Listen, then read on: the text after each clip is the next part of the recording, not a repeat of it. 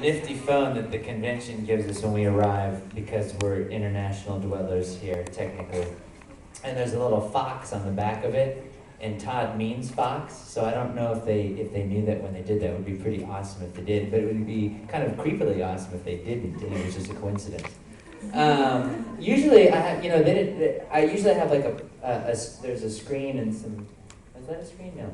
And all this kind of good stuff, and I show you some things, but that's okay. I'm just going to show you something else.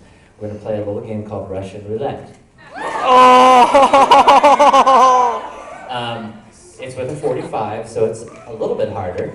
Anyway, my name is Todd Hypercorn. In case you guys are in here and you're wondering what's going on, if this is going to turn into an Iron Chef situation or something, no. I don't have a heating plate or any wok material or anything like that. Some of the roles you may know me from are Death the Kid and Soul Eater. Hikaru and Oron High School. Sergeant Frog, Keroro and Sergeant Frog are awesome. There's Natsu and Fairy Tale. Man, Australia, I just got back from it. They love some Fairy Tale, and that is awesome. I love to hear it. Italy and Italia was a lot of fun. Edward Elric and Full Metal Alchemist was great.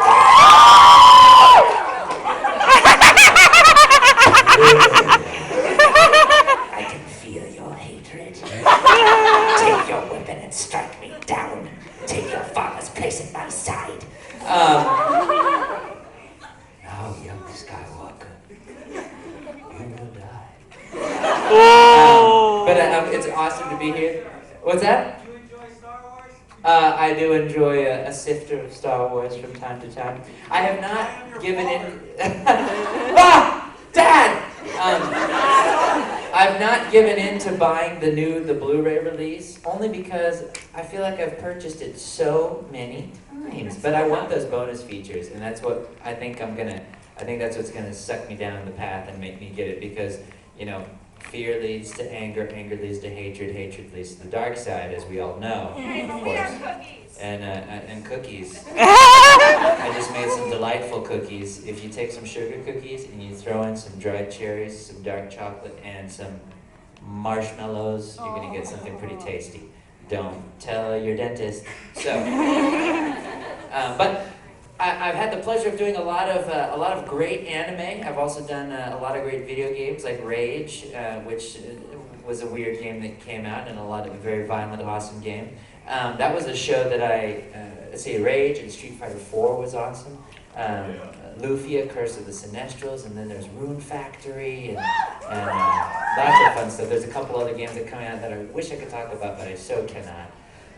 But with Rage, that was a 4-hour session, and we finished it in 2. And typically what you do is you get, video games, if it's pre-laid, you get a spreadsheet with all your lines divided up. So you've got your lines, you've got your excerpts, which are attacks, then you've got your deaths, you've got your hits and all that kind of stuff, all in a spreadsheet. And typically what they'll have you do is they'll have you do a pass of 3. So if the line is like, I'm gonna get you, you'll be like, I'm gonna get you, I'm gonna get you, I'm gonna get you, something like that. And they pick their favorite one, and then they mark it, and then you move on. And with the excerpts, it's like a hard, medium, soft punch, so it's like a that kind of thing. So we did, so with that in mind, we did all these lines, and at the end of the day, by the end of the session, it was a total of 945 lines that I did. And I lost, and this character was like, down here, and so I had to do this, but screaming. I lost my voice for 9 days, and I was pretty scared, because I was like, am I ever going to be able to speak again? Because typically, I'll lose my voice here and there, because that's just what happens when you record. Like with Fairy Tale, I'll lose my voice pretty much every session. Or when I do an audiobook, I'll lose my voice at the end of each day, because you're just sitting there and you're reading like 150 pages a day for 7 hours. You're sitting in a chair reading until you get it right. So yeah, I'm used to losing my voice, but for 9 days, I was creeped out. I didn't know it was going to happen. But luckily it came back, and I hold the record for most epic recording session at that studio, because like in the first 15 minutes, I was completely drenched in sweat, because I'm in this little sauna basically recording. And like when I record, I get very physical, and And so I'm like hanging on stuff and grabbing onto things. And like I'm literally soaked in sweat down to the middle of my jeans. That's how hot it is. And so they're not hot like, that's how hot it is. That's how like temperature hot it is. And so the producer is there and the engineer. The producer director is there, both dudes. And so I'm like, guys, because there's a camera, because the booth is separate from the recording console, so they're like over there, and the booth is like over there, where the icy with the face is, right there, basically. And you look awesome, by the way, and you look very safe. And so I look at the camera. I can't see them, but they can see me. It's like when I used to stalk my crushes in middle school. And so I'm looking into the webcam. I go, guys, this is about to get creepy. I go, I gotta take my shirt off because it is like freezing. Because I'm so hot, but the shirt is drenched in sweat, so it's very cold. And so I don't want to catch a cold, and it's that weird like hot but cold thing. And so I'm like, I'm about to record topless. I hope you don't mind. And they say, they go, okay. Okay, and it was the first because they don't record topless often, and so I recorded the rest of that session that way, and we got through it, and then of course began my 9 days of silence like a habermonk, and so I'm glad we got through it. But I've done video games. I've done a ton of theaters where I got my start actually. For those of you that were here earlier, I've done in there. Theater works a little bit differently than film. Like, I get to play roles that I might not normally get cast as in a film. And so I've done everything from a wizard to a cowboy to a knight to a cop to a ghost to a serial killer to a transvestite to... Yeah, and I had to shave my legs, 45 minutes a leg. And then they covered them up with pantyhose, and you never got to see my handiwork. I've played twins before. I've gotten completely nude on stage before. So the audiences were on three sides. Like, here's some seats, here's some seats, here's some seats. Tons of people, nobody except two people. My mom and my stepdad. Part of me wanted to stop the show and be like, can you guys please just blend in with the flipping crowd over here so I have to know you're right there staring at me? And at this point, I hadn't really known my stepdad that long. And so after the show, it's like, so, what'd you think? Oh, I did get a comment. So, okay, it's this show where I play twins. One's a good twin, one's a bad twin. The bad twin's the one that got in his birthday suit. It's a very emotional show, and I have to do a lot of physicalization and characterization and make these these brothers separate. And it's a very difficult show for me to do because of where it goes emotionally and stuff. And after the show, I go up to a guy that was with this girl that was a friend of mine, and I was like, so what'd you guys think of the show? You know, you're expecting them to say something about the writing or like, you know, wow, you twins, or whatever. He goes, you need to work on your legs. All right, everybody's a critic. You should have seen him when I shaved them.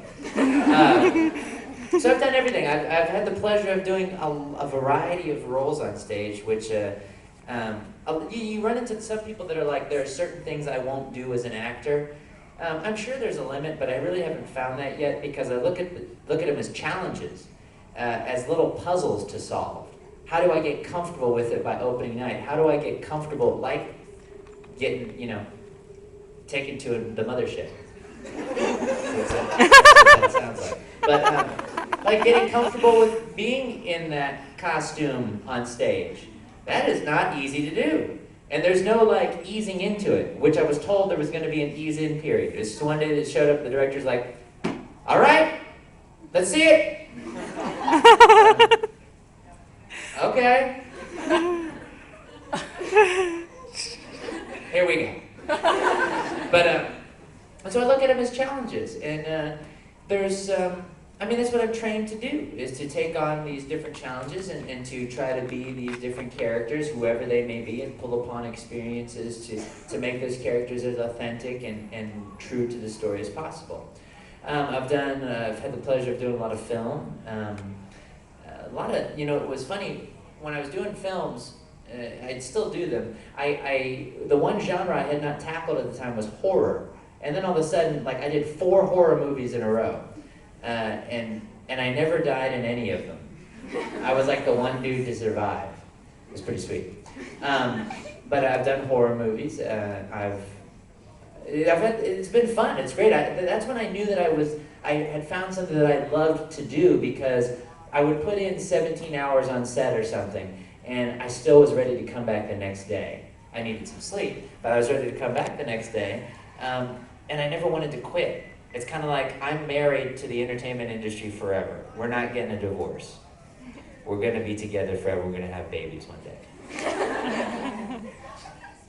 But there's going to be a giant "Do Not Disturb" sign on the door of life. But I'm happy to do it. Whereas when I worked in, like, trying to think of a job that I've had, I'm trying to think of the jobs that I've done before I became like a full-time actor. I had jobs when I was like 16 and 17. That was it. And then luckily I just became an actor. I taught briefly, but I was still basically a full-time actor. My very first job, I was a back boy at a grocery store. When I was 15, I think, 15. Had a crush on a girl there. She did not like me at all, and I hated that job. Then I had a job at a place where, like, a food delivery place, but it wasn't like a restaurant. It was kind of like I had my own cubicle, and if you wanted to order from Tim Hortons or something, but you didn't want to go get it, like, you call us, we get everything for you, and we deliver it to you, even restaurants that don't deliver. It was a weird concept, and my boss's name was Todd. And then the boss above him was like this military dude who would, like, call me just to test me. He would, like, call me up and see how I answered the phones, and then I would look over and see his blinds go boom, back up. Or he'll be like, "Very good," and then hang up. It's weird. He brought me into his office one day and he goes, "You know what? You remind me a lot of myself when I was your age. You know what fixed me up? The Army."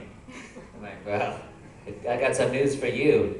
I'm 2 generations removed from 2 gentlemen that were both dishonorably discharged from the Army. So I've already been, baby." Yes, my father and my grandfather both dishonorably discharged from the armed forces, because when they got there, they realized, they're yelling at me. I don't like taking orders. And they left. I know it sounds weird when I say dishonorably discharged, because you think, like, did they kill a general? Did they break into his room and slit his throat and drain his blood and bathe in it and then cosplay as one of their organs, thinking they could get away with it? None of that happened. They just were like, "Oh, you hurt my feelings by yelling at me. Out of there." And then, let's see, what other jobs did I have? Oh, I worked at a movie theater for a summer break. We'll never do that again, because that's when I went through a period of hating going to the movies. I think it was also because I watched MVP at the same time when I was there. It's that movie with the ape that is, like, smart and has a kid friend or whatever. Yeah.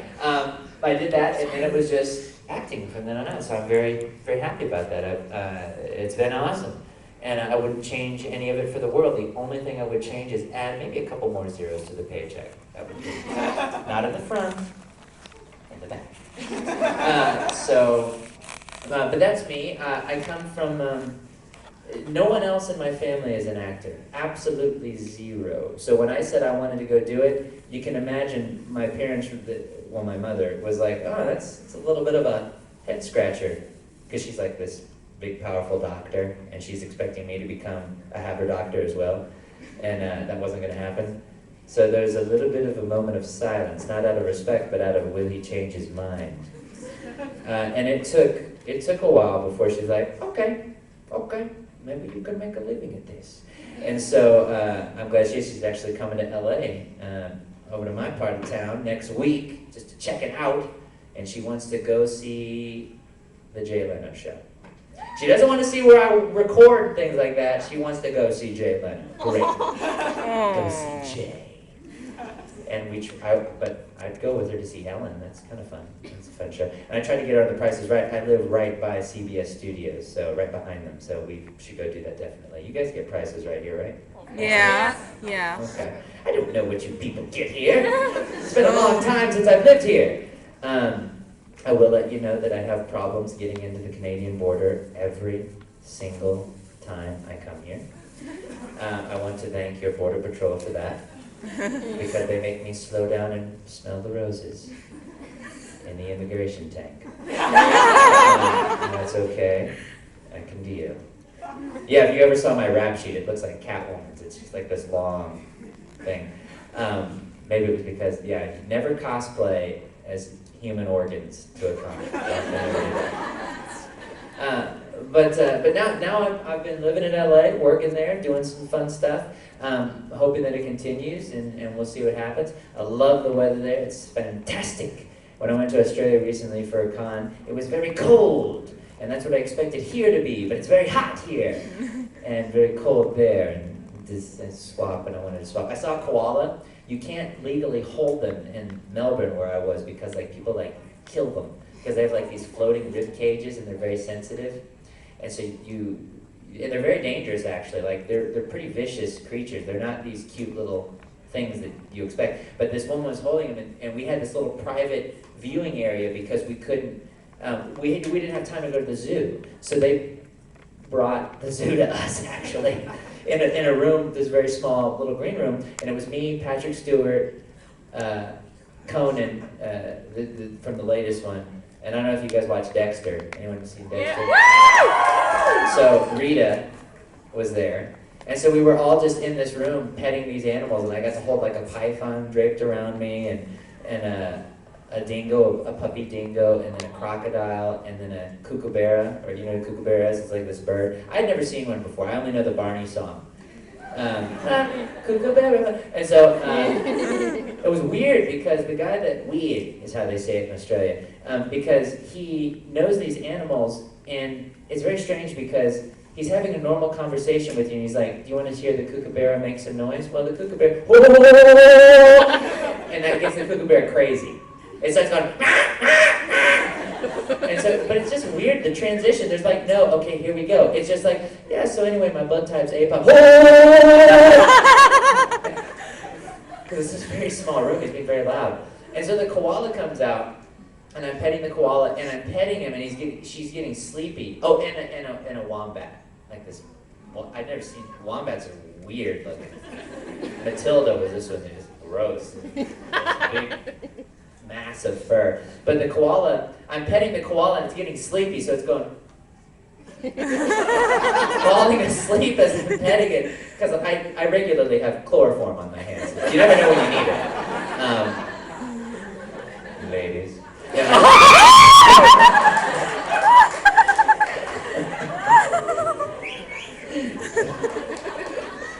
Oh, the joys of chloroform. But the koala starts pooping on the floor, a trail of it, like Hansel and Gretel's breadcrumbs. And the guy's like, oh, don't worry, it's just eucalyptus, see? It's not weed. See?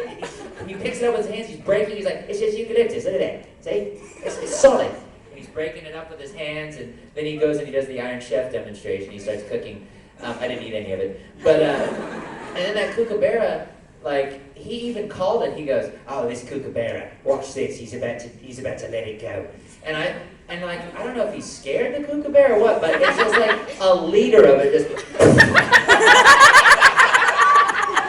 There's no bag or puppy pad. It's just onto their stuff. And he's like, oh, it's all right, he always does that. Because you scare him with a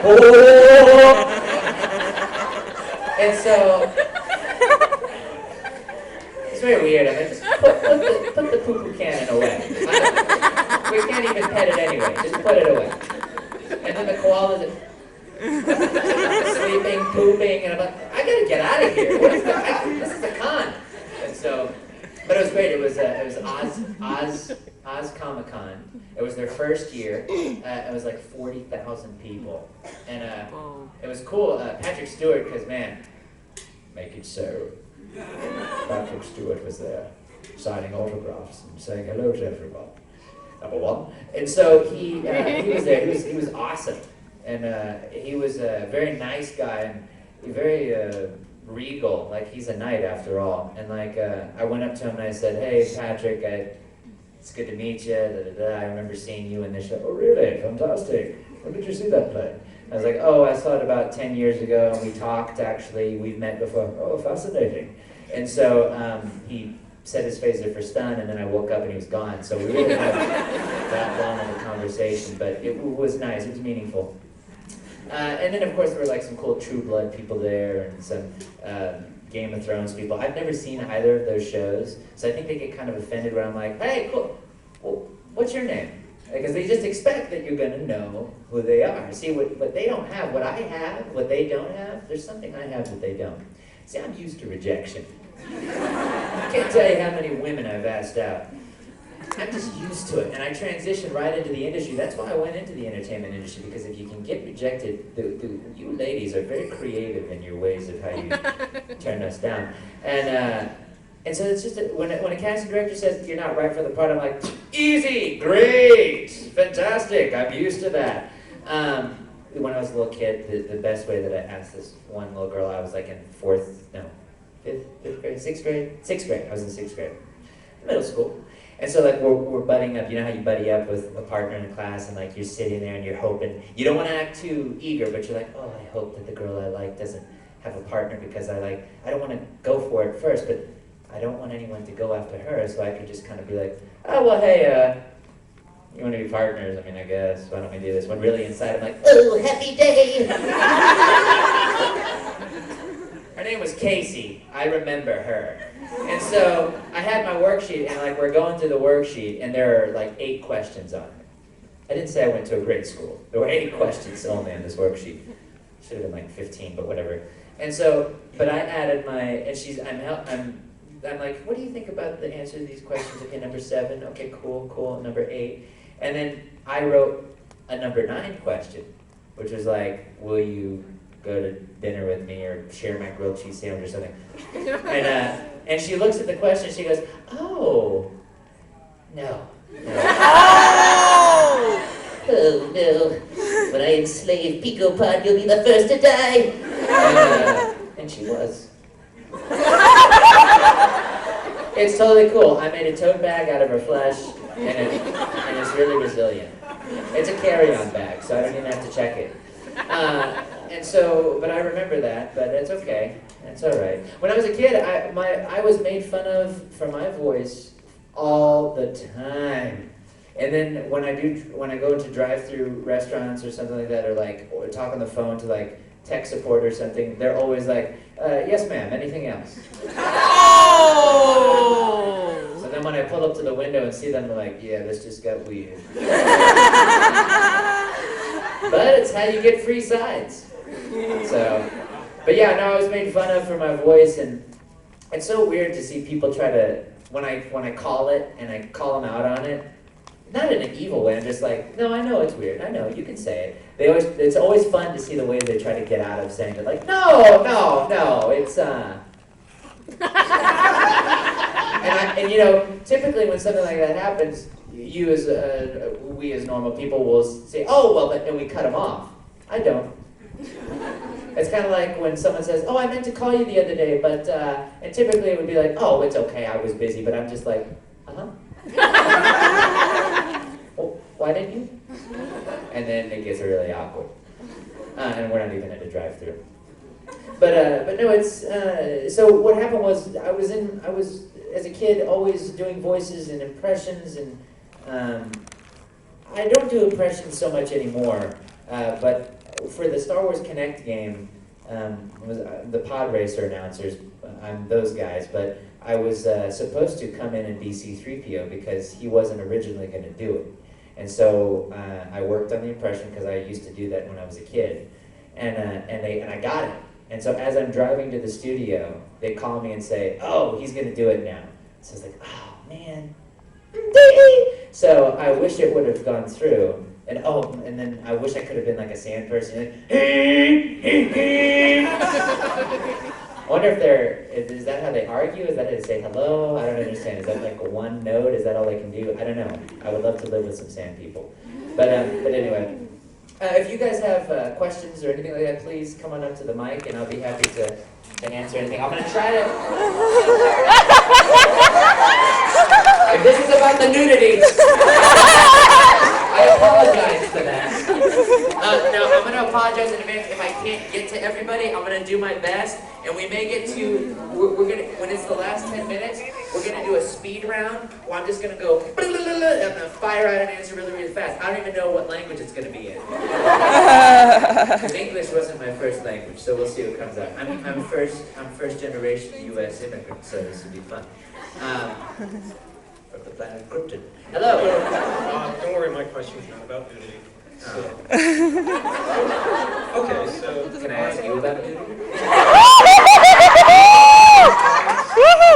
Let me think about it. You go first. I'm staying over at the Carlton. I have two questions about Fairy Tale. Okay. So the first being, considering the DVDs and Blu-rays were coming out like Laxus speed, like super fast. Yeah. And then they kind of just stopped. Any idea when the next DVDs are coming out? So we have 4 volumes total. That's all. We've done everything that we have so far. The sales, I can't say anything about its future. I can't say yes or no. Because it seems to be doing incredibly well. It is. But I can't say anything about its future. However, I will say that it sold very, very well. And that's a testament to you guys, because let me just say 2 things about that. Number one, a lot of times people want to wait for the save edition and things like that to come out. Oftentimes that's too late, because that doesn't tell the company that you like it. Even though you do, you're just waiting. You just want to wait. What that tells them is, like,